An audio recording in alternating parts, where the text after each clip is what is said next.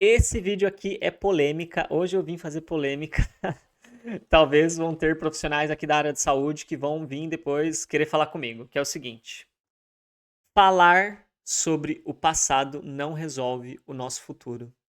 Falar sobre as nossas dores do passado não cura as nossas emoções no presente.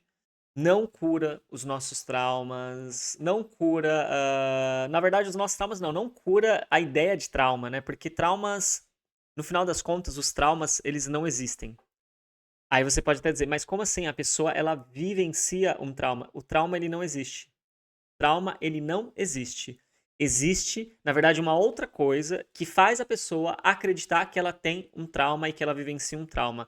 E ela sente as sensações quando ela tá nessa ideia de que existe o trauma. Mas quando você vai a fundo, quando você vai pesquisando mais, quando você vai vivenciando outras abordagens técnicas ao longo da vida, você vai descobrindo que o trauma, ele não existe. E eu tô falando isso com convicção, porque eu tenho a minha formação em psicologia, eu trabalhei clinicamente, né, como psicólogo no modelo tradicional durante alguns anos, e com o tempo eu fui percebendo que algumas técnicas elas tinham limites de realização, e eu fui me abrindo, né, a estudar outras técnicas e outras abordagens, a estudar física quântica, a estudar uma série de outros conhecimentos, e realmente eu fui descobrindo que na prática o que acontece?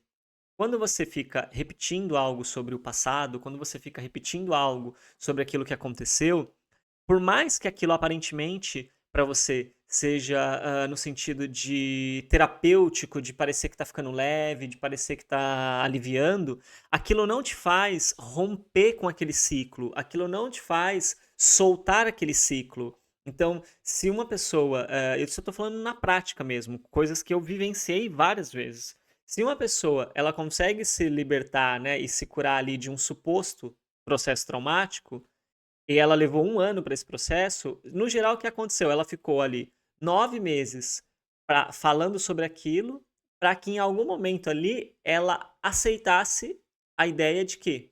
De que aquilo não define ela, de que aquilo nunca definiu ela e de que na verdade aquilo não tem força sobre ela e de que na verdade aquilo foi apenas uma interpretação, uma memória, uma forma de perceber a situação, uma forma de se ligar àquela situação, uma forma de prender determinados sentimentos, e quando ela aceita que aquilo não tem poder sobre ela, que aquilo não é, na verdade, aquilo que ela acreditava e acreditou durante muito tempo que foi, automaticamente essa pessoa ela volta para um estado de estabilidade mental, emocional e de força.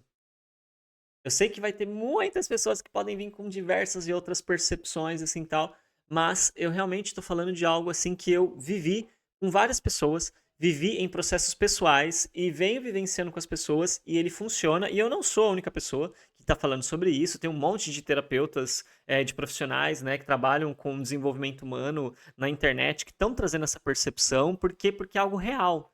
Só que é algo que não faz parte do padrão do que geralmente está nos livros da psicologia mais clássica, porque existem várias psicologias dentro da psicologia. Então tem a psicologia transpessoal, por exemplo, que tem uma outra abordagem totalmente diferente da psicologia. Tem a psicologia junguiana, que tem uma abordagem totalmente diferente da maioria das teorias da psicologia. Então veja bem, o falar sobre o passado, ele pode, né, acabar sendo uma forma da gente se prender a algo. Não estou dizendo aqui que não é necessário, em alguns momentos, falar sobre algo do passado. Você pode, às vezes, ter momentos necessários num processo de autoconhecimento de você falar sobre algo do seu passado.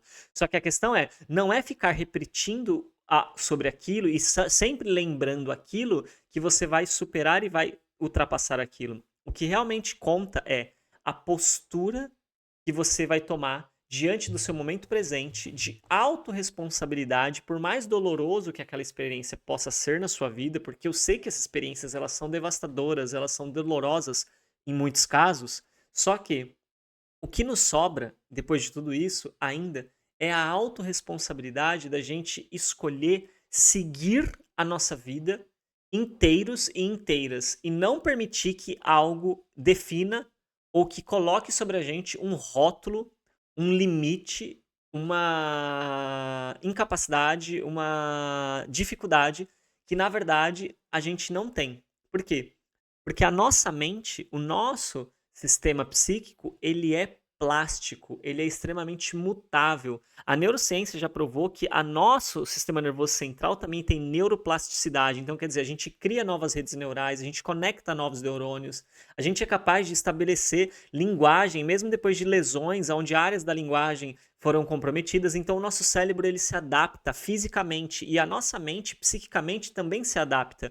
E o nosso emocional, ele é uma consequência do nosso sistema de crença e das crenças mais profundas que a gente tem e muitas vezes não conhece e sabe que elas estão ali. Então, quando a gente assume uma postura diferenciada diante do processo, uma postura de autorresponsabilidade, por mais que a gente ainda não saiba qual é a crença, qual é a informação que está ali fixando a gente naquele tipo de situação, só da gente tomar a postura de autorresponsabilidade, de não responsabilizar mais aquilo que aconteceu pelo nosso presente, não quer dizer que aquilo não aconteceu, não quer dizer que aquilo não doeu quando aconteceu, não quer dizer que aquilo não foi algo extremamente desagradável, desconfortável que a gente vivenciou. Tudo isso é real. Só que a questão é, o momento presente, ele não é definido por aquilo. Mas quando eu acredito que aquilo tirou de mim um pedaço de mim, quando eu acredito e mantenho me acreditando que aquilo tirou um poder de mim, uma potência de mim, que tirou uma liberdade de mim, que tirou o meu valor, que tirou a minha autonomia, automaticamente eu tô determinando isso como uma crença que vai fazer com que todo o meu sistema emocional, que todo o meu sistema de comportamentos, de ações, de reações no mundo, ele vá se comportar dentro desse modelo de pensamento. Então, não é apenas o pensamento consciente que a gente vai precisar trabalhar, mas o pensamento consciente, ele é o primeiro que precisa ser trabalhado. Então, sempre que a gente toma essa postura de autorresponsabilidade, a gente começa a perceber que quando a gente não está bem, as pessoas elas tendem a dar mais atenção pra gente, elas tendem a aparentemente parecer que nos amam mais. E muitos casos, muitas pessoas acabam acreditando conscientemente, outras inconscientemente, mas quando eu falo inconscientemente, a gente sabe que conscientemente a pessoa percebe esse padrão. Só que às vezes ela não percebe que ela está no looping do padrão, que é o quê? Que ela sofre, porque quando ela sofre, ela recebe mais atenção das pessoas, ela recebe mais carinho das pessoas, porque as outras pessoas estão muito ocupadas vivendo várias e várias coisas, e quando ela não está bem, as pessoas dão mais atenção para ela. Então veja, quebrar esse ciclo, quebrar esse padrão, ele é extremamente fundamental. E existem camadas e camadas de crenças que precisam ser ressignificadas, que precisam ser trabalhadas. Só que essas crenças não vão ser trabalhadas e ressignificadas se a pessoa que está passando por isso não aceita que ela tem que assumir a postura e a autorresponsabilidade de dizer e carregar isso com ela, de que, olha, daqui em diante, o que está acontecendo é totalmente minha responsabilidade das crenças que eu permito que existam dentro da minha mente subconsciente, eu sabendo ou não que elas estão aqui.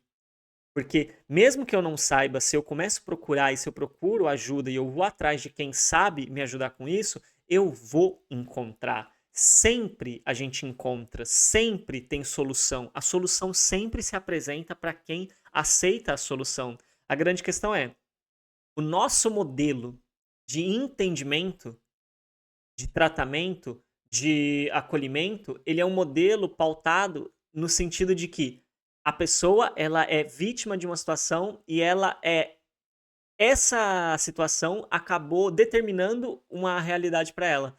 E esse tipo de modelo não favorece a cura e a transformação da pessoa. Esse modelo, e eu não estou dizendo que os profissionais fazem isso porque são pessoas ruins, porque são pessoas do mal, que são pessoas que querem fazer as pessoas continuarem no sofrimento. Tá todo mundo tentando ajudar todo mundo, tá todo mundo com o maior bom coração tentando fazer o melhor que tem. A grande questão é, existem várias pesquisas de física quântica, existem várias pesquisas de programação neurolinguística, existem várias pesquisas de cibernética que provam como que o nosso modelo de mente funciona, como que as nossas emoções são influenciadas pelas nossas crenças, só que existe um controle de grandes empresas, de grandes grupos, de grandes indústrias ao longo do mundo que ganham muito dinheiro com esse tipo de sofrimento infinito das pessoas e não permite que essas pesquisas sejam abertas Só que elas existem, elas estão na internet, os livros estão publicados. São livros que não são famosos, mas são livros de PhDs, de físicos, de especialistas, de fármacos, sabe, de farmacêuticos, assim, de PhDs em farmácia, tipo, de fisiologistas, uma série de profissionais, de biólogos, né, de biólogos moleculares, não é neurofisiologistas, perdão, eu vou corrigir aqui, biólogos moleculares. Então, assim, tem uma série de profissionais de ponta das melhores universidades, com pesquisas e livros mostrando isso pra gente. Então, assim, essas informações, elas não conseguem furar a bolha desse modelo de olhar, que é um modelo que, assim, ele não é um modelo mais atualizado, mediante as descobertas que vários grupos científicos já têm, só que essas descobertas, elas fazem mexer em sistemas que envolvem muito dinheiro. E esse é o motivo para que muitos profissionais não tenham acesso a essas informações e não percebam que esse modelo, como ele está posto, ele é um modelo disfuncional. Tanto para quem está sendo atendido, quanto para quem está atendendo. Porque para quem também está atendendo, é muito cansativo, é muito frustrante você ver a pessoa ali anos e anos e anos e anos e anos sem uma melhora significativa, sem uma cura significativa, sendo que a realidade é que a cura ela é possível. Inclusive, existe toda uma questão dentro dos conselhos, né, o próprio conselho de psicologia e uma série de instituições que não permitem que os profissionais, por exemplo, falem sobre a possibilidade da cura, porque não se pode garantir a cura. E é muito interessante olhar sobre isso, de que o processo de cura, ele é um processo que está ligado dentro de um sentido de o que o sistema de crenças subconsciente, inconsciente, que aquela pessoa vivencia, permite o corpo dela e a mente dela é capaz de realizar. O que ele não permite, ele não é. Então, se tem cura ou não tem cura, está vinculado com o sistema de crenças. Claro que assim, a gente vai pegar, né, alguns casos de algumas pessoas que às vezes estão com coisas muito graves e já ultrapassaram o limite de acessar aquilo naquela pessoa. Esses casos eles podem existir. Então, não tem como você acessar mais o subconsciente daquela pessoa através da consciência dela, junto com ela, tendo a ajuda e o auxílio dela e fazer com que ela consiga encontrar o que precisa encontrar ali e trazer de volta. Então, assim, não estou dizendo que não possam existir casos que vão ter ultrapassado um limite do que dá para se fazer. Só que, assim, esses casos não são a maioria. Esses casos são a minoria, são as exceções. A maioria dos casos são os que dá ainda para se trabalhar, são os que dá ainda para se aprofundar, mas a gente vive um modelo de forma de lidar com o sofrimento que ele não vai além e não se atualiza nas últimas descobertas científicas, inclusive dos últimos 30, 40 anos, que não é algo tão novo assim. Alguns desses livros são livros de 40 anos já, outros são livros recentes de 10 anos, de 5 anos. Então, assim, tenha muito claro isso, sabe? Não é sobre você ficar preso no passado. Não quer dizer que você não possa falar sobre o passado, mas é a postura, é a autorresponsabilidade e é a transformação da crença e soltar o ganho secundário de que quando eu não estou bem, as pessoas me dão mais atenção. Isso tudo, na prática, é muito desafiador, é muito difícil, é muito intenso, eu reconheço, mas traz resultados efetivos e as pessoas que optam e são capazes, né, de aceitar com disciplina, com perseverança, com humildade, porque também exige humildade a gente perdoar aquelas pessoas que a gente acha que são os problemas da nossa vida. Existe muita humildade, existe uma, sabe, a gente reconhecer que a gente está se sabotando por algo que aconteceu há 20 anos. Porque aquilo aconteceu há 20 anos, mas a gente está se sabotando por causa de um monte de padrões de crenças. Então, aceitar tudo isso é uma cura muito profunda, existe um desafio muito profundo, mas é o necessário para quem realmente quer uma mudança efetiva e quer ter o controle sobre sua própria vida, quer ter um controle. Porque essa ideia também de que nós somos estímulo e resposta, ela não é uma ideia realmente tão profunda, porque nós somos estímulo e resposta a nível animalesco, mas a nossa consciência, a nossa alma, ela é capaz de romper esse padrão de estímulo-resposta, esse padrão animalesco de condicionamento social. E é nesse modelo, nessa brecha, que a gente pode entrar com a nossa autonomia e com a nossa autorresponsabilidade e trilhar por esse caminho. Então, deixa aqui o seu comentário, não se esquece de se inscrever no canal e dar o seu like no vídeo, porque ele é muito importante e a gente se vê no próximo vídeo. Tchau, tchau.